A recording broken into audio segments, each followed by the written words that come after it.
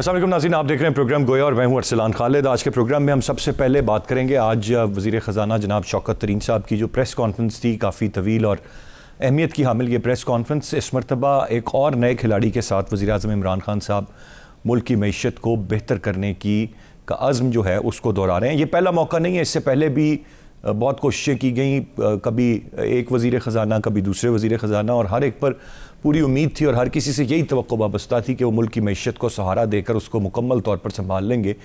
लेकिन तब्दीली के बाद तब्दीली होती रही और अब शौकत तरीन साहब जो हैं वो हाल ही में होने वाली नई इंडक्शन है, जो बाज़ाब्ता तौर पर अब मामलात समझने के बाद काफ़ी तफसील से प्रेस कॉन्फ्रेंस करते हुए उन्होंने बताया कि किस तरह किन सेक्टर्स में काम करना है। उन्होंने कहा किसी पर तनकीद नहीं करनी और किस तरह से एक्सपोर्ट्स को बढ़ाना है, मुल्क की ग्रोथ को बढ़ाना है।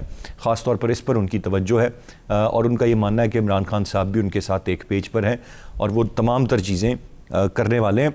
अब जिस तरह से शौकत तरीन साहब फरमा रहे हैं कि उन्होंने शॉर्ट टर्म, मिड टर्म और लॉन्ग टर्म प्लान्स तैयार किए हैं, ये भी खासी अहमियत की बात है क्योंकि वक्त ऑलरेडी काफ़ी गुजर चुका है और महदूद वक्त है सिलेक्टेड हुकूमत के पास।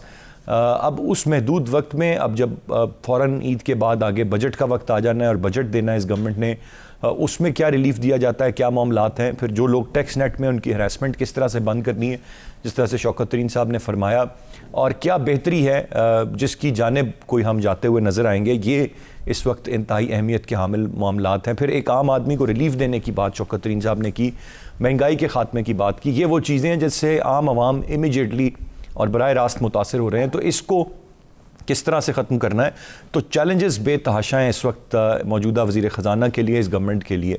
अब तक गवर्नमेंट जो कि मईशत पर ही फोकस करती रही, मईशत के हवाले से कोई बेहतरी नहीं कर सकी।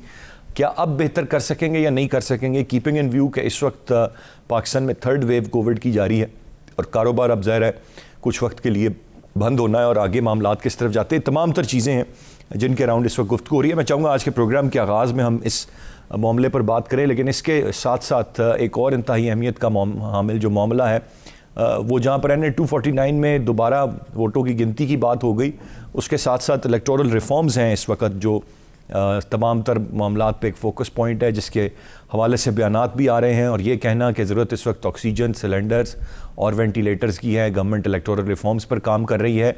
क्यों कर इसकी ज़रूरत पेश आई, इसमें कितना मैलाफाइडी और कितना प्योर इंटेंशन है इस गवर्नमेंट की, और आया क्या इसके बाद कोई शफाफियत आ जाएगी या इंतखाबात शफाफ होंगे।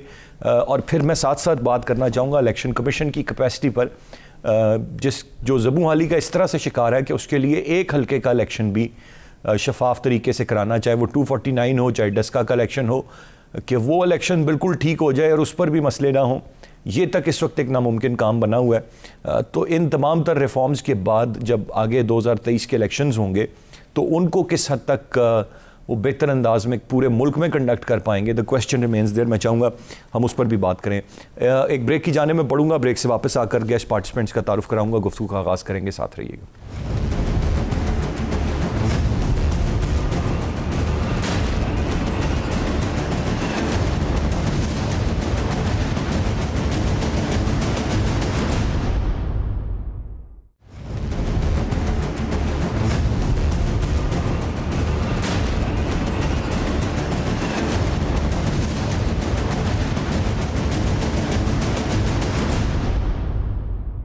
जी वेलकम बैक। प्रोग्राम में हमें ज्वाइन कर रहे हैं मुर्तज़ा सोलंकी साहब, सीनियर सहाफ़ी और तज्ज़ियाकार हैं। बहुत शुक्रिया सर आपके वक्त का। शौकत पराचा साहब हमारे साथ प्रोग्राम में मौजूद हैं, सीनियर सहाफ़ी, एंकर पर्सन और तज्ज़ियाकार हैं।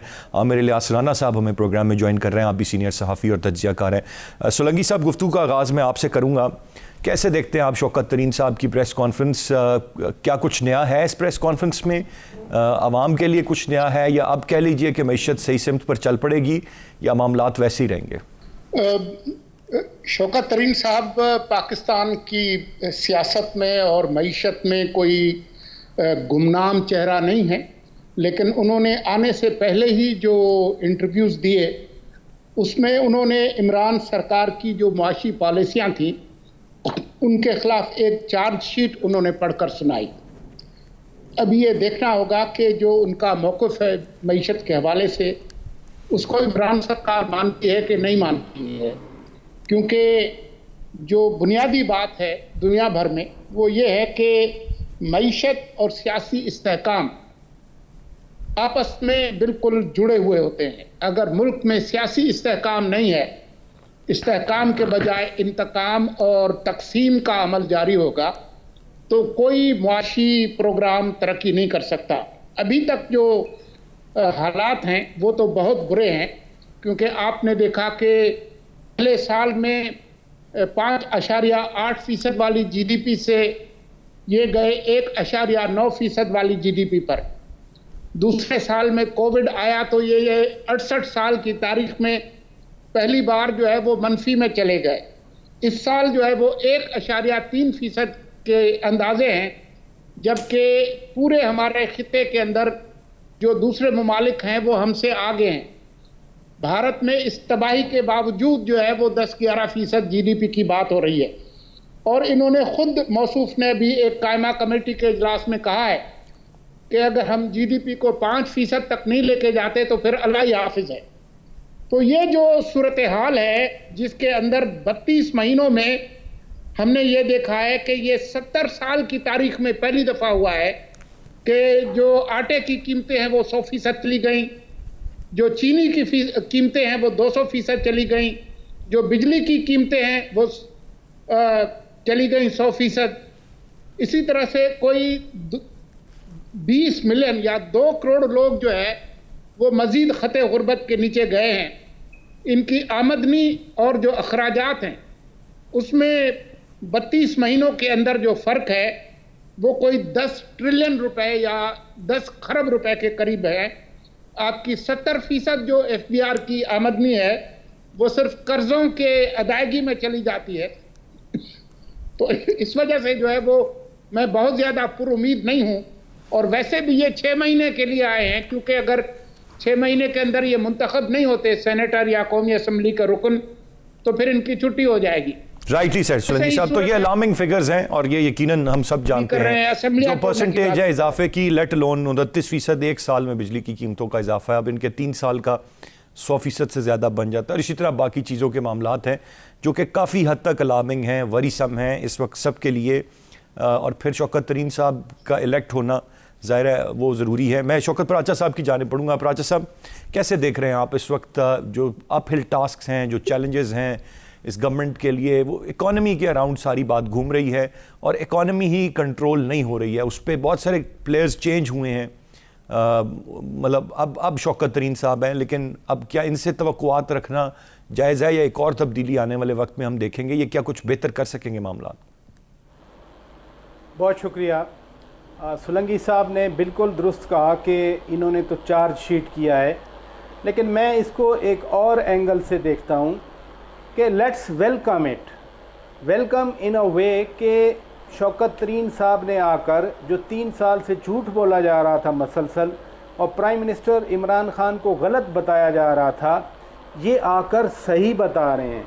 न सिर्फ इमरान खान को सही बता रहे हैं, बल्कि जो बुलंदो बांग दावा करने वाले काबीना के अरकान हैं उनको भी सही बता रहे हैं कि भाई ये सूरत हाल है। मसलन IMF के हवाले से इस 2.5 साहब, as a matter of fact एक हकीकत ये भी होती है कि कोई सच सुनना नहीं चाहता। आपको पता है जब आप इक़्तिदार में होते हैं तो हक़ाइक़ आपको बताए जाएं तो बड़े तल्ख लग रहे होते हैं आपको। आप तो उसी फीलिंग में रहना चाहते हैं ना कि सब बहुत अच्छा है। नहीं, बात यह है कि वो हैं सारे मफरूज़ों वाले लोग, हाइपोथेटिकल सिनेरियो में रहते हैं। वो लोग हैं जो कहते थे 200 अरब उधर से आएगा, 200 अरब डॉलर मुंह पे मारेगी और बिल्कुल ठीक हो जाएगा। वो सारा ग्रुप ऐसा है। यानी असद उमर से शुरू कर दें, जितना इस हुकूमत का और इस इकानमी का बेड़ा गर्क असद उमर ने किया है, हालांकि हम भी सही बात है समझते थे कि बहुत ही कोई विज़र्ड किस्म के आदमी हैं। IMF से आज शौकत तरीन ने जो बात की कि IMF ने ज़्यादती की है, IMF ने सियासी बातें भी की हैं, तो अगर 8-9 महीने असद उमर साहब ये इन मफरूज़ों में ना उलझाते अपनी काबीना को, अपने वज़ीर आज़म को और कौम में, तो उन 8 महीनों में जो प्रेशर आया उसकी वजह से बारगेन जो पोजीशन है वो IMF की स्ट्रांग हुई, हुकूमत की कम हुई। दूसरी बात जो बात की आज शौकत तरीन साहब ने, उन्होंने कहा कि बरामदात नहीं बढ़ रही, हमें सोचना होगा, और उसकी बुनियादी वजह उन्होंने हैरेसमेंट करार दी। जी जी, ये रोज़ाना के ट्वीट रज़ाक दाऊद हमें कह रहे होते हैं कि 25% बढ़ गई जी, 40% बढ़ गई जी, इतनी बढ़ गई। सच ये है या सच रज़ाक दाऊद बता रहे हैं हमें? और तीसरी बात जो ये कह रहे हैं कि शौकत तरीन आज के महंगाई जो है ये बढ़ रही है और हमें इसकी वजूहात का अंदाज़ा करना चाहिए। अभी पिछले हफ्ते ही तो वज़ीर आज़म कह रहे थे कि हम महंगाई इतनी कम कर देंगे कि आइंदा इलेक्शन हम इसी जो लोगों को सस्ती अशिया की फराहमी है उसकी बुनियाद पर करेंगे। जो 2.5-3 साल में मफरूज़ों की बुनियाद पर PTI की काबीना, PTI के वज़रा और ख़ुद मादरत के साथ वज़ीर आज़म साहब कहते रहे, शौकत तरीन ने आकर एक ट्रू पिक्चर दे दी। मैं इसलिए कह रहा हूँ कि जब तक आपके पास सच नहीं होगा, आप सच को एक्सेप्ट नहीं करेंगे, आपके सामने सच्ची पिक्चर नहीं होगी, आप पॉलिसी बना ही नहीं सकते। तो चूंकि अब सच अंदर काबीना में वज़ीर ख़जाना साहब खुद बता रहे हैं, तो मैं इसलिए वेलकम कर रहा हूं कि हो सकता है सच को सामने देखकर कोई पॉलिसी ऐसी वज़ा कर दी जाए जिससे अगले 2.5 साल पौने 2.5-2 साल में आकर शायद कोई अच्छाई और बेहतरी की तवक्को हम रखें।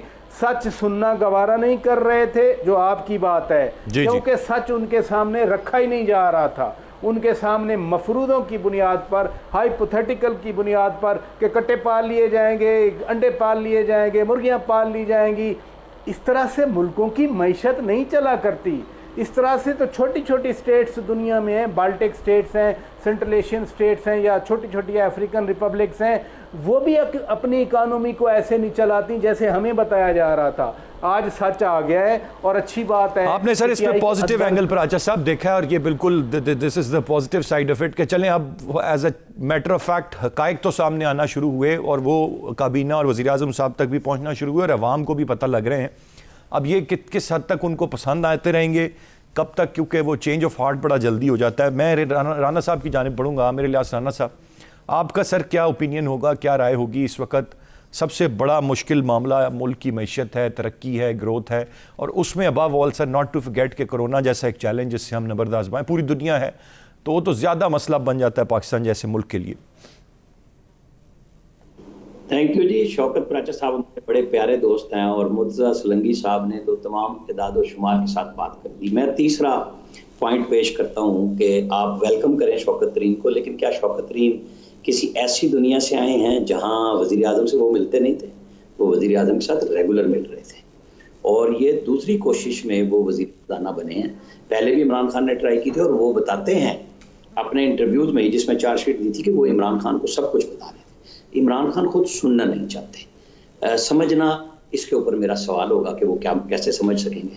आप मुझे ये बताइए, जब आप कह दें और हुकूमत नए असद उमर बड़े अच्छे आदमी हैं, बड़े प्यारी गुफ्तगू करते हैं, और लेकिन उन्होंने रिज़ाइन उन्होंने भी नहीं किए वज़ीर आज़म की तरह, क्योंकि उन्होंने भी यही कहा था स्टील मिल जाएगी, फलां कर दूंगा, ये कर दूंगा। तो जिस वज़ीर आज़म ने ये कहा IMF के पास गया तो मैं खुदकुशी कर लूंगा, तो उसका वज़ीर ख़ज़ाना IMF के पास पहले स्टार्ट में अपनी मर्जी से कैसे जा सकता है? फिर एक गुफ्तगू में हम शामिल थे वज़ीर आज़म की, जहाँ उन्होंने 2 साल मुकम्मल होने पर बात की कि जी मेरी सबसे बड़ी गलती थी कि मैं IMF के पास नहीं गया। अब ये असद उमर इस कैबिनेट में बैठ के तो नहीं कह सकते ना कि उनको किस किस तरीके से पहले रोका गया, और फिर जब मुआहिदा पाकिस्तान के हक में होने लगा था, उनके साथ यूनुस डागा सेक्रेटरी खजाना थे, तो हटा के IMF के साथ IMF की मुज़ाकराती टीम ले आए। दोनों तरफ से IMF ने वायदा किया, जिसको आप शौकत तरीन रो पीट रहे हैं कि ये पाकिस्तान के तो साथ तो फैसला नहीं होगा ना, क्योंकि कोई भी जी शऊर आदमी इस तरह का मुआहिदा एक्सेप्ट ही नहीं कर सकता था। हाँ, बाकिर रजा और हफीज शेख साहब का पाकिस्तान में है क्या?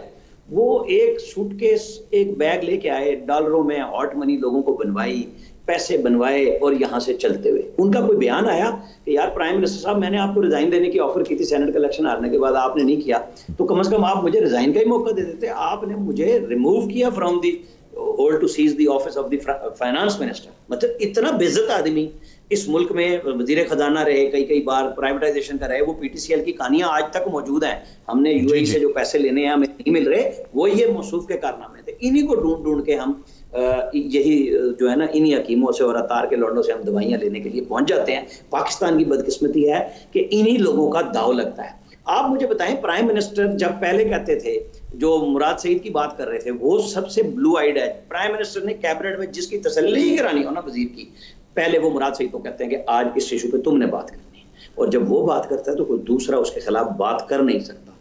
फवाद चौधरी, शीरी मजारी, ये लोग हमेशा से बोलते आए हैं लेकिन कभी बात नहीं बनी। देखे ना, फवाद चौधरी वजीर इत्तलात थे तो प्राइम मिनिस्टर लोगों से कहते थे मेरी हुकूमत की ना अच्छी चीजें बाहर नहीं जा रही। अब वजीर इत्तलात के तौर पे ये दोबारा आ गए हैं, सारे वजीर एक दूसरे के कपड़े उतार रहे हैं। शिबली फराज ने साइंस एंड टेक्नोलॉजी में कुछ नहीं रहने दिया, शेख रशीद रेलवे में जो कुछ करते रहे वो आजम स्वाति साहब ने उतार के सबके सामने रख दिया कि सवाए बयानात पे कुछ नहीं करके आए। मुझे आप बताएं कि ये सारे के सारे वजीर कहाँ से आए हैं? ये इमरान खान साहब के साथ थे, ये खुद इमरान खान चुन रहे हैं ना, वो ये तो नहीं कह रहे ना कि जी मुझे तो ला के दे दिए गए। भाई आपकी कोर टीम के लोग हैं, कोई बंदा काम नहीं कर रहा। मुराद सईद ने पहले मोटरवेज तैयार थी, 1.5 साल हिलने नहीं दिया किसी मोटरवे नेशनल हाईवे अथॉरिटी को कि इनको चला लो जो बनी पड़ी हैं कि टोल टैक्स आपको लाना है, एशियन डेवलपमेंट के कर्जे वापस करने हैं। उस शरीफ आदमी ने यही कहा एंड पे, जब उसके ऊपर प्रेशर आ गया कि पैसे तो देने हैं, कि जी वो भर्तियां नहीं करके गए। मोटरवे पुलिस 3 महीने में भर्ती होती है, 3 महीने में ट्रेंड हो जाती है। आपने अरबों रुपए का टोल टैक्स भी जाया किया और टैक्स पे आपको फिर जो सूद देना था एशियन डेवलपमेंट बैंक और बाकी लोग आपने कर, मतलब कहीं पे कोई प्लानिंग है शुरू दिन से? असद उमर इस्लामाबाद में नहीं। फिर राना साहब ब्लू आइड फिर होने की क्या वजूहात है? वो तो मैं यही मैं कह रहा हूँ। ये सारी चीजें आपने बता दी ना, मुझे वो वजह भी तो बताए ना जो हम सबको नहीं मालूम। ब्लू आइड होने की वजह क्या है? ये तो जो वो गलतियां करते हैं वो तो पता है। देखे ना, अब वो कप्तान की चॉइस है। वो क्रिकेट में भी बहुत, मंसूर अख्तर उनकी बहुत बड़ी चॉइस थे, खिलाते रहे, कभी वो खेला ही नहीं। तो कैसे करेंगे? ये उनका है कि जिस पे मेरा एतमाद है मैंने उसको मौका देना है, चाहे कुछ हो जाए। तो क्रिकेट में भी तो यही कुछ हुआ था ना, ऐसा नहीं है। प्राइम मिनिस्टर मतलब यानी कि वो अपनी जाती पसंद पे चलते हैं, उनको पसंद है, उनमें कोई खासियत नहीं है, कोई वजह नहीं है, लेकिन वो बस पसंद है तो पसंद है। मैं ये समझ लूं। छोटी देखे ना, जब तक वो थोड़ा सा सुकून नहीं लेंगे, अपोजिशन को दिमाग से बाहर नहीं निकालेंगे और वो ये सोचेंगे नहीं कि भाई मैंने कल को जवाब देना। पहले तो बेगम साहिबा बता देती थी, उन्होंने इंटरव्यू में बताया था, लेकिन अब अगर वो भी नहीं बता रही सब, मैं समझ नहीं पाया। आप लोग महंगाई की, आवाम के पिछे होने की सारी चीज़ों की बातें करते हैं। अभी इतवार को इतना बेहतरीन दौरा उन्होंने किया इस्लामाबाद। अब देखें किस तरह सारे रेडी पान इतने खुश थे, आवाम थे ही नहीं, वो घरों पे आराम कर रहे थे, ज़रूरत ही नहीं थी बाहर। तो आप फिर बिला वजह तनकीद करते हैं सर। नहीं, अच्छी बात है ना। देखे ना, समोसे सुबह बिक जाते हैं और वो लेके भी सिक्योरिटी वाले चले जाते हैं, और तो कोई नहीं लेता ना सुबह सुबह समोसे लगा के। ठीक है, दोपहर को तो सारे इस्लामाबाद में, सारे पाकिस्तान में जहाँ बड़े शहर हैं वो जिनके रोजे नहीं होते 2-3 बजे अफ्तारी के नाम पे शुरू हो जाता है, वो लोग खरीदना शुरू कर देते हैं। वो तो स्पेशल समोसे थे, चेक्ड समोसे थे कि उनके अंदर कोई मटेरियल तो नहीं लगा हुआ। प्राइम मिनिस्टर को जो लोग मीडिया हैंडलिंग करा रहे हैं, मुझे तो हैरानगी उन पे है, इस किस्म का दौरा करा रहे हैं। जैसे पहले किसी जमाने में पीटीवी होता था ना, तो हड़ताल वाले दिन वो गोश्त की दुकानें दिखा देते थे, मंगल बुध को भी। तो मतलब ये सर बहुत सारी चीज़ों पर सवाल है। राना साहब, पॉइंट वेल टेकन। मैं एक ब्रेक की जाने पड़ूंगा, ब्रेक से वापस आकर दूसरा हम मामला है। ये चीज़ें इंटरलिंक्ड हैं। जब आप कहते हैं कि रीकाउंटिंग हो रही है, तो रीकाउंटिंग पे पीपल्स पार्टी के बयानात सामने आए हैं। मैं उसको इस कॉन्टेक्स्ट में भी देख रहा हूँ कि आज वहाँ पर रीकाउंटिंग होती है, मामलात बदलते हैं। अभी तो हम खबरें सुन रहे थे कि शायद पीडीएम में वापस आए पाकिस्तान पीपल्स पार्टी। तो ये दूरियां और मुसलसल कितनी बढ़ जाएंगी, और इलेक्टोरल रिफॉर्म्स, ये 2 चीज़ें हैं जिन पर एक कमेंट ले सकूंगा ब्रेक के बाद। तीनों मौजूद मेहमानों का साथ रहिएगा।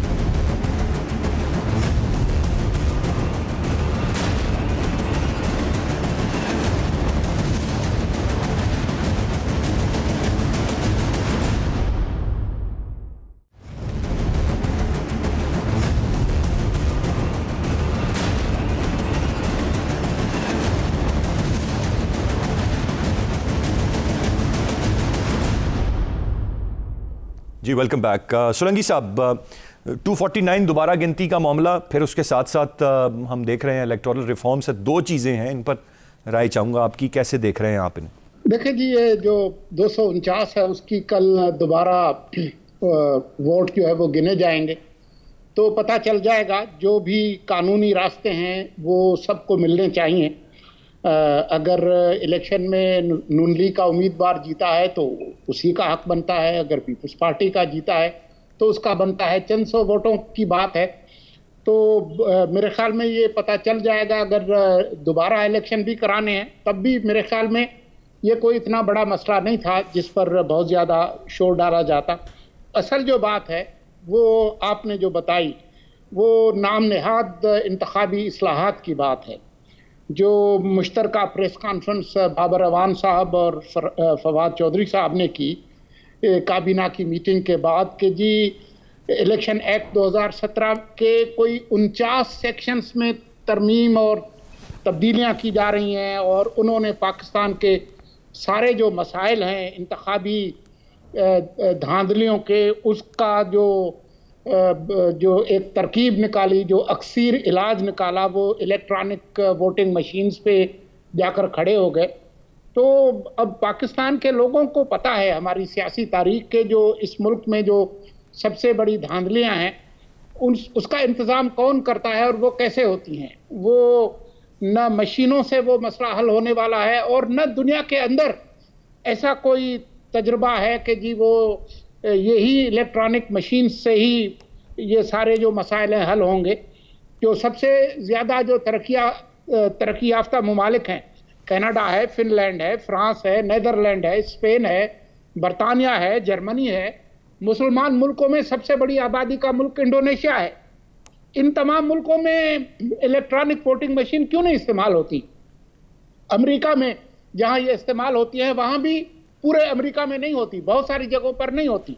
तो ये पता नहीं, ये फवाद चौधरी साहब और जो उनके जो हमनवा हैं, पहले वो कोई हबल वो टेलीस्कोप भेज रहे थे कहीं, फिर वो चांद के मसले पे आ गए थे, अब इनको किसी ने ये इलेक्ट्रॉनिक वोटिंग मशीन का नुस्खा पकड़ा दिया है। लेकिन हमारे लोगों को पता है कि 3 साल हो गए हैं RTS सिस्टम बैठ गया था, अभी तक पता नहीं चल रहा कि वो किसने बिठाया।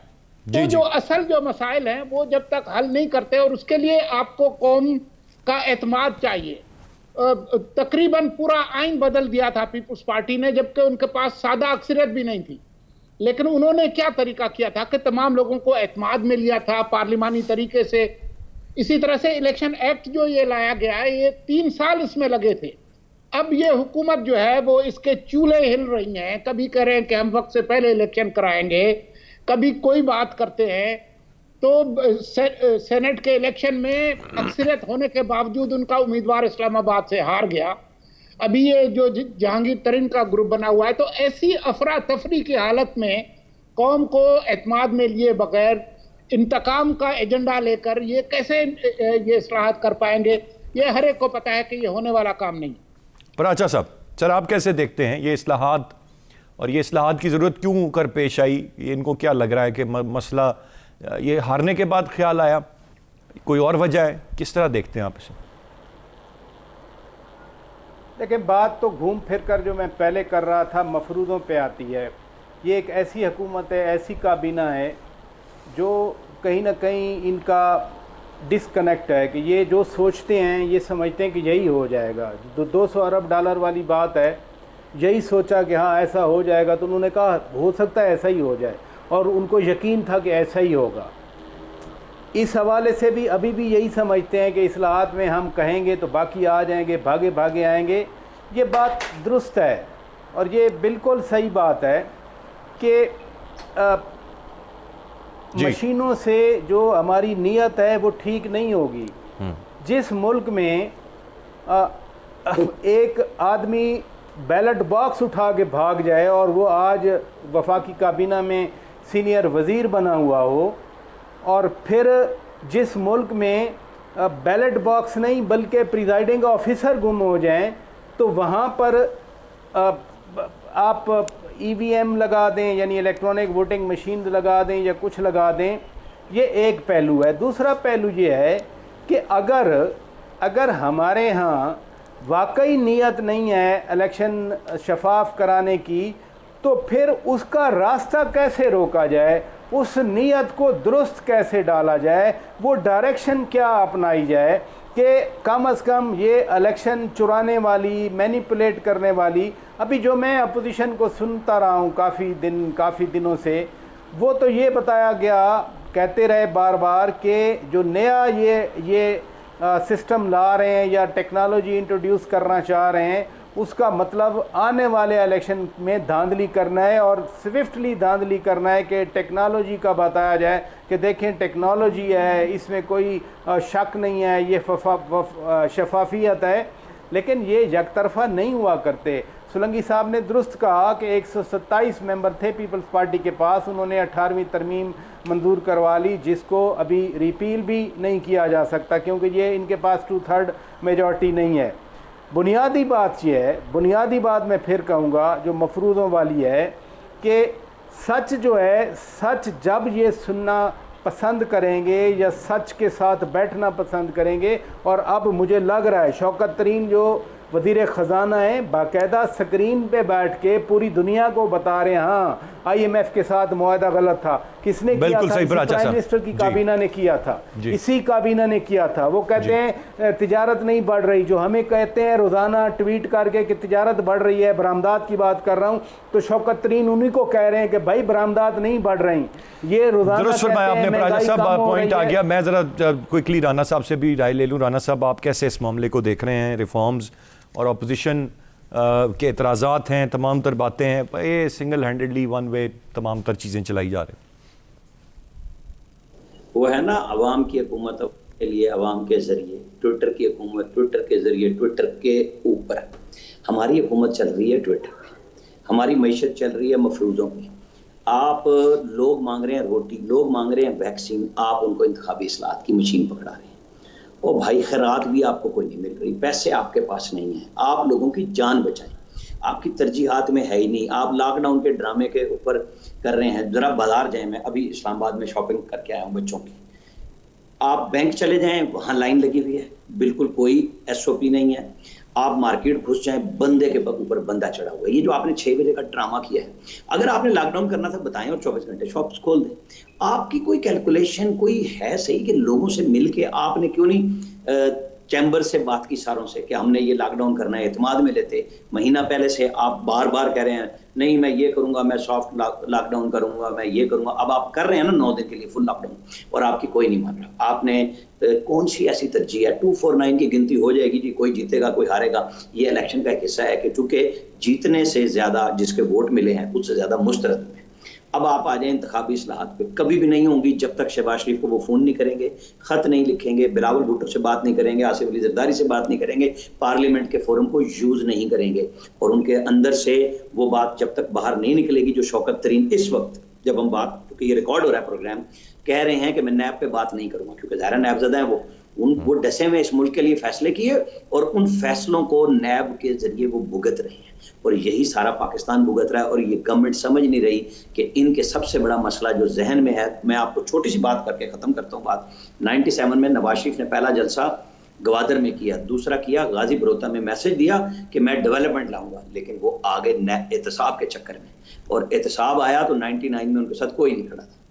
आप ये देख लें कि आपको एहतसाब करना है, इदारे मजबूत करना। राना साहब, ये जो जल्दी इलेक्शन असेंबलियां तोड़ने वाली बातें हैं, ये मफरूजे ही हैं या इनमें कोई हकीकत है? राना साहब, जारी होती है डेली बेसिस पे, वो अपना काम नहीं करता, वो रोजाना बयानात जारी करता है नैब का इदारा। यहाँ ऐसे नहीं हो सकता, आपको अपना काम करना है, करें, सियासतदानों को सियासत करने दें। लेकिन चूंकि वो बशीर मेमन के बयानात, अभी बिल्कुल आप नहीं कह सकते कि किसी एक बयान की वजह से आप सारा बात खत्म कर दें। आपको जुडिशल कमीशन बनाना होगा, आप नहीं बनाएंगे तो कभी बनी।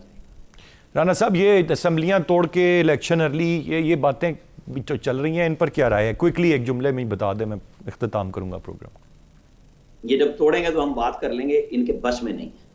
राइटली सेड जी, शॉर्ट एंड क्रिस्प। बहुत शुक्रिया तीनों मौजूद मेहमानों का। आज के प्रोग्राम से इतने ही। अरसलान खालिद को इजाज़त दीजिए, अल्लाह ने के बाद।